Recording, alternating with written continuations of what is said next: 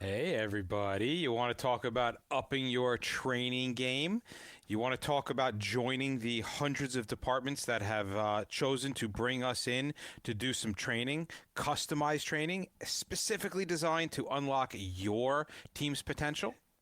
Yeah, you can get in front of the latest trends, technologies. We are partnering with all types of technology companies. In fact, I have about $250,000 of equipment Yes. right across the way. Yes, you do. Of new meters that we're playing around with and stuff like that. So our instructors are here. They're all coming over a little bit later with some beer, I think, to play with these meters. But we are only bringing in the first rate instructors. So transform your team's capabilities by coming and hanging out with us. If you're ready to level up your team, go to thehazmatguys.com/hire us and reserve your spot. I'm telling you right now, things fill up about 3 months in advance. So bring it on. Yeah. So we have a lot of stuff going on. Let me mention a few things here just to keep the peeps in alignment. Yes. We should talk about this is probably the most important thing. And if you're going to hit fast forward, do not hit fast forward yet, because the new website is coming out like imminently. Like by the time you hear this, it's probably going to be the next week, which is going to be around the March 25th area. This is a big announcement. If you are a subscriber, technician or specialist, we are rolling those two things into one, and it is going to be premium. Right. Okay. But don't panic. Don't think, oh, I lost all my stuff. It's even more gooder. And we are adding a whole bunch of capabilities. And so you're going to be basically grandfathered in some way, shape, or form. It's too much to stay on the show, but we will get out notification to everybody out there. So do not panic. The new website is amazing. So, yay. Yeah, it's going to be pretty cool. So more on that very shortly. It'll be coming out. But with that, we have the After Action Report. With Greg Knoll. 4. Is it the fourth one? It's the fourth one. It'll be April 3rd, 1930 hours Eastern Standard Time with Greg Knoll. And I just made an introductory email with Mr. Bill Hand, who will be our number 5th. Number 5th. Did I just say that? Number 5th, yes. These are great shows, guys. If you haven't jumped on one, I would highly recommend jumping on one. It's a conversation with the founding fathers of Hazmat. They are long format. They are live, which means if you've ever had questions for these guys, or you want to put them on the spot by having them talk about a story or anything like that, you can come on Facebook, YouTube. You interact with us. You can throw out questions, hear the answers. It's almost anything goes. Yeah. So, and also we have some conferences. What is my dog doing? Whew. Yeah, we got conferences starting next week. We're up in the New England Conference, March 26th to the 28th. Omer, April 8th to the 10th. Michigan, April 15th to the 17th.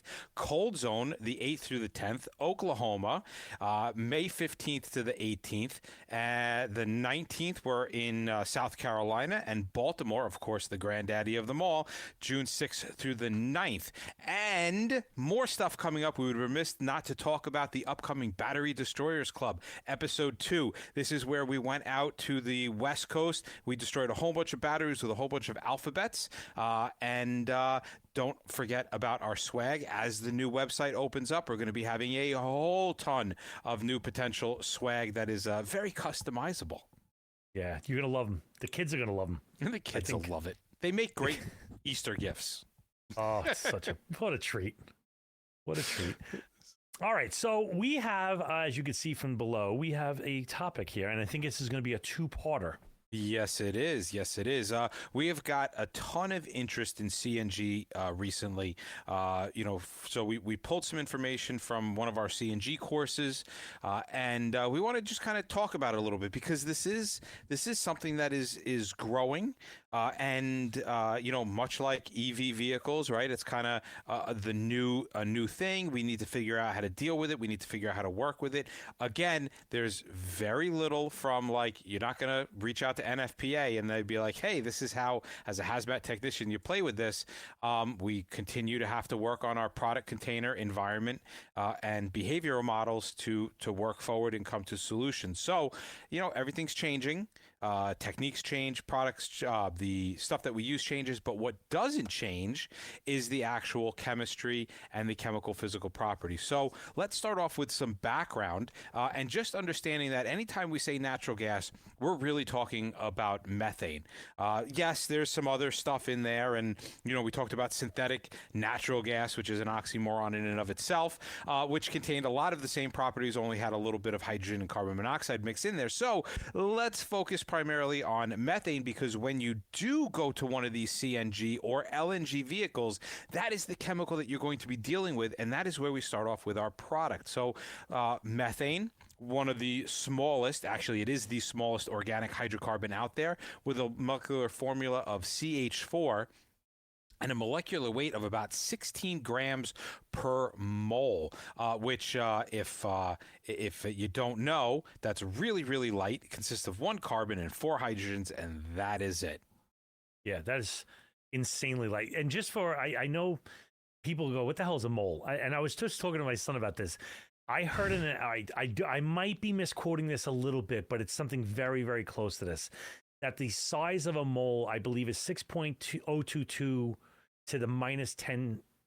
The positive 23. 10 to the 23rd, yeah. Right? Which is an insane, it's an incomprehensible number. So the analogy is, if from the second you were born, you made $1 million every second, and you lived to 100 years old, you wouldn't be 1% of the way to a mole. That just goes to show you how small things are. For those of you that don't really understand what a mole is, it's that number, that Avogadro's number, and if you take the weight in grams of a material, and the grams equal the molecular mass, you then have 6.23 times 10 to the 23, or 1 mole. Atoms. So atoms, that number of atoms. So one of the things about methane that I think is the majority use, I would say it's vast majority use, is the combustibility of it, right? Yeah. The fact that we use it in a combustion process to do something. So it is great for that, because it's highly flammable and it can combust in the presence of oxygen, right? The negative parts of that is that it produces copious amounts of carbon dioxide and water vapor, surprisingly enough, which at least your lips are nice and dry. Yeah, they're wet. Dry but blue. I mean, wet but blue. Yeah. So, at room temperature, methane is a colorless and odorless gas. And that throws people off, because they're like, wait a second, I smell natural gas and everything. We'll get around to that. But at room temperature and atmospheric pressure, which are kind of the two key components of telling what phase of matter it is, it's colorless and odorless. Yeah, so the whole odor thing, right? You turn around and you're like, okay, but I smell it, I smell it, I smell it. Yes, you do. You smell it because of a mercaptan, which is a sulfur-based compound that gets added to this. And when I tell you that you can smell mercaptan in a very, very, very tiny amount, it is extremely tiny. Like, there isn't even a meter that will be able to pick up as low as we can pick up in our sense of smell. Now, why do we say this? Well, this becomes super important because we sometimes take a look at our meters, but we end up smelling it and we go, well, our meters aren't reading anything, but I can clearly smell it. F this meter, it's not doing what it's supposed to do. And we start to not trust our meters, which is something we've talked about in previous episodes of mental fallacies. So we want to always keep in mind that our meters are correct. It's our nose that is super, super sensitive. And as we arrive on some of these scenes, whether it's an LNG vehicle or a CNG vehicle, these are the things we need to talk about, although the LNG has its own little twist to it, which we'll get to in a little while. Right. One of the things that, as a responder, it is a good thing is the density, right? Methane gas has a density of approximately 0.55, which is the R gas D, right? Relative gas density, which you'd find in the NIOSH book at 0 degrees Celsius and 1 atmosphere. Now, just for those in America, we use 68 degrees Fahrenheit at sea level, which is, this is a different, this is not STP. This is just their measurement point. So just right. but the point is, it goes up. And so as a responder, it goes away. It goes for the away. most part. Unless you're where? Inside, in which case we got to worry about stuff going up to the ceiling. But that only becomes a concern in CNG and LNG vehicles if something's crashed through a building. So what are you going to do? All right, boiling point. The methane's boiling point is about 161 degrees Celsius, which is roughly, 258 Fahrenheit, if my fingers are correct. Yes. So, okay, who cares, right? Like, I'm responding, and this is often something people say. They're like, well, why do I really care about the boiling point?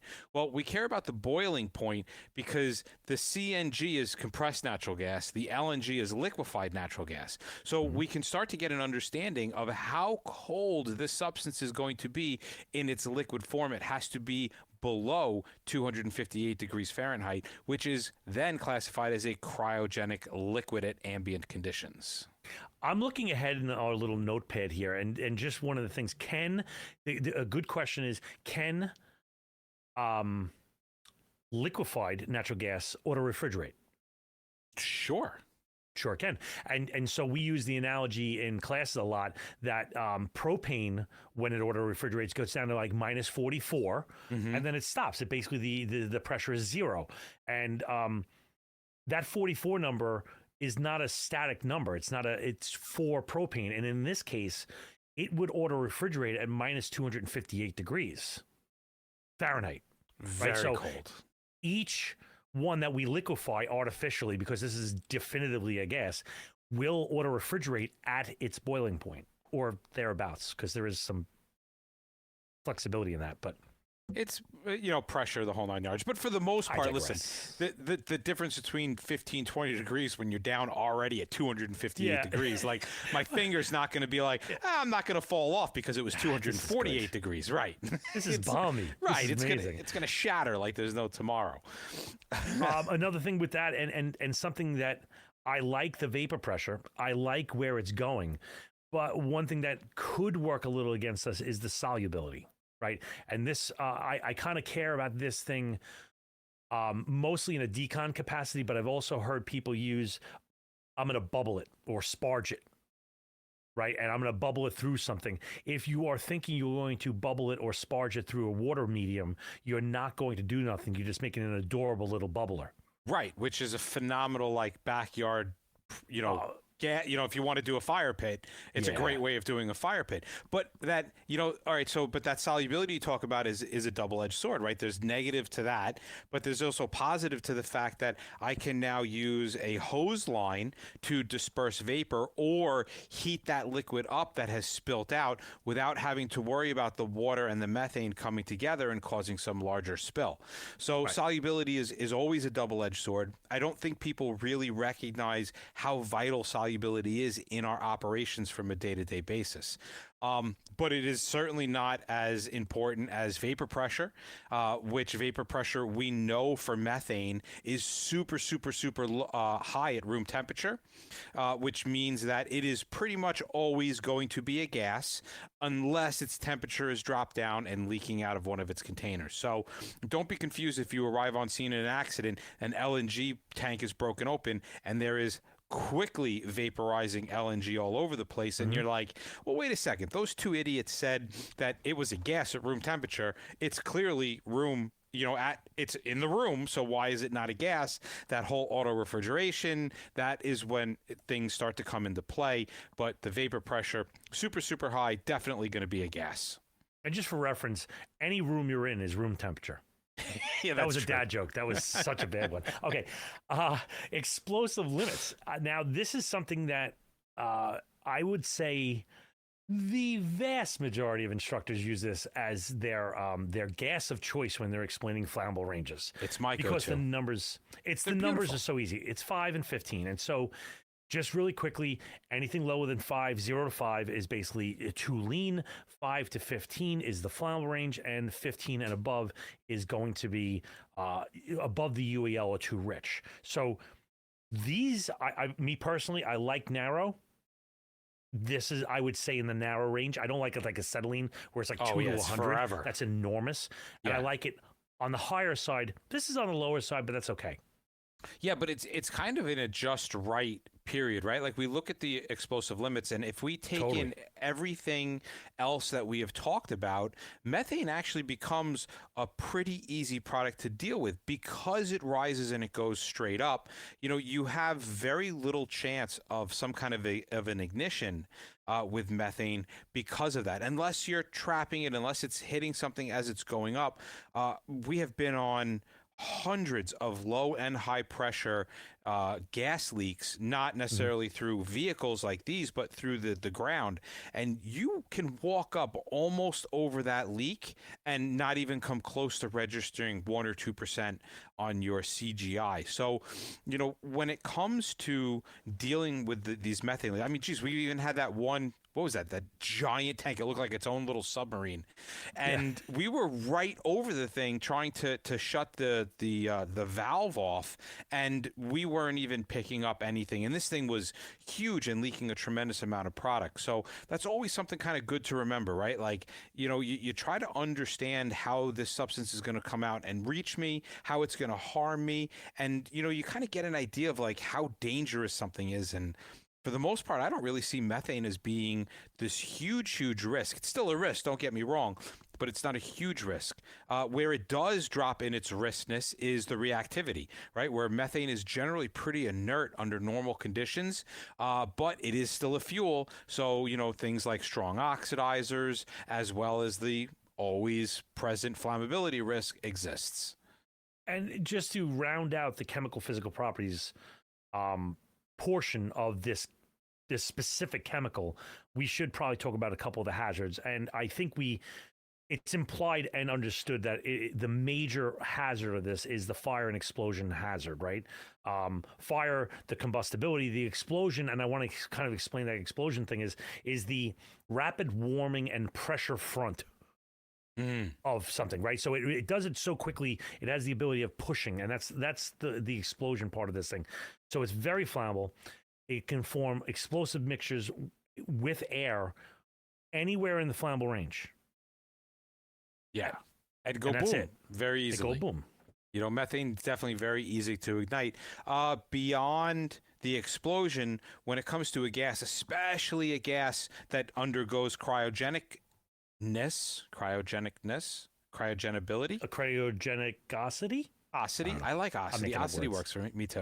All right. You have that asphyxiation hazard where you have so much product and it vaporizes so quickly that it pushes oxygen out of the way. Now, is this something we really need to be concerned about outside? No, probably not. But let's not forget, right? We talk about the density. But we failed to talk about the density in terms of cryogenic.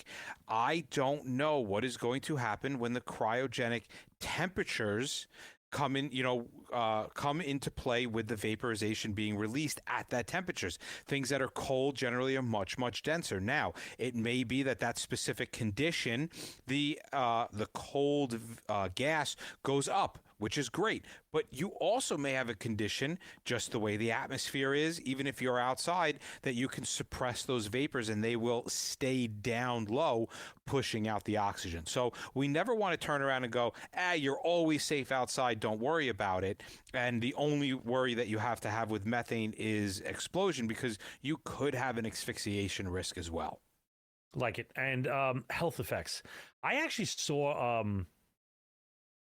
what do they call it? A post-mortem, where a report from the medical examiner where they put the cause of death as methane or natural gas toxicity. And I was like, That exists? how is that? Now, all right, so while methane is not considered toxic, okay, I would make a valid argument that the presence of it in the asphyxiant range, the flammability range, would be pretty toxic to a person. Yeah, I mean, lack of oxygen is toxic, right? So it starts out with the dizziness, the headaches, the nausea due to the oxygen displacement, and eventually the respiratory depression, the respiratory arrest, the cardiac. You get where I'm going on this. But the thing is like, is it toxic? By definition, it's not toxic. But I think the outcome is still as toxic as hell. Yeah. I mean, listen, death is death. Death is right? death. Like death is death. Cryogenic hazard. This is especially true again with the LNG vehicles, and I would even venture to say that we would want to be careful in the high pressure, high volume DOT tanks that house the CNG, because you could have so much gas coming out, you would get a frosting effect around the couplings where the pressure change is happening. Just like on the back of your SCBA, only you're going to be much colder because you have a much higher volume of air that's pushing, or not air, but of product that's pushing out of that valve. So be careful when you're dealing with the valves and the metals. You don't want to frostbite on that, and certainly the cryogenic material will definitely freeze you up. So, with all of this being said, what's the prevalence? What's the odds, statistics that you're going to run across natural gas? And I would say it is probably really, really good. I mean, like incredibly good. Not only in a fixed facility like a house or that kind of stuff, which it's incredibly good. We're talking about the CNG and the LNG type vehicles, which are becoming a thing. Global demand for CNG vehicles is projected to grow at an impressive 10.9%, right? That's a compounded annual growth rate from 23 to 33 over 10 years. 10.9%. That's a very sharp significant increase. That is significant. I mean, by the end of 2033, the market is expected to reach a value of about $312 billion, where the current market is about $110 billion. So you're seeing a tripling of the market value in and of itself. So we are definitely seeing these. I mean, you've got people pushing for, the green, sustainable, low emissions, and the methane vehicles hit a lot of those marks until hydrogen comes around. Oh, let's not get ahead of ourselves. That's a whole nother episode. That'll be episode 600. Yeah. But, okay, they're out there. They're on the roads. I think we can understand how it is in a house and everything like that. But identification now becomes the key, right? And when we see these vehicles equipped with natural gas fuel systems in the United States, and I'm saying specifically United States, if you're not in the United States, you're in Canada or Europe or whatever it is, you're going to have to check it out. For the United States, it's mandated by the Department of Transportation, the U.S. DOT, to display a diamond-shaped decal on the rear, indicating that the vehicle is powered by either CNG or LNG. All right. Now there's an addition. Yeah, it's a little boop, boop, boop, blue. There is a little addition to this, and that is that the CNG and the LNG may also be placed in the fronts and the sides of the vehicle. That may is huge, right? That means it doesn't have to be there. That is an option. So if you're pulling up on scene and you've seen, 4 or 5 vehicles with it on the side, that doesn't mean the 5th vehicle that you respond to is going to have it on the side. The one that Bob said, that is the one that is mandated by, the Code of Federal Regulations to be at. The ones on the front and the side, they're optional. For LNG trucks, the LNG fueled vehicles, they can be identified by a blue and white diamond decal. So instead of having all blue, we've got blue and white. And an LNG blue decal is usually located on the lower right rear of the cab of the vehicle. And if you don't have... So imagine picturing like a tractor trailer. If it doesn't have a mass behind it, it can also be put in the back of the cab as well. Okay. And also on liquid natural gas, nitrogen. I was going to say liquid nitrogen. LNG. The decal must be on the side mount of the fuel tank.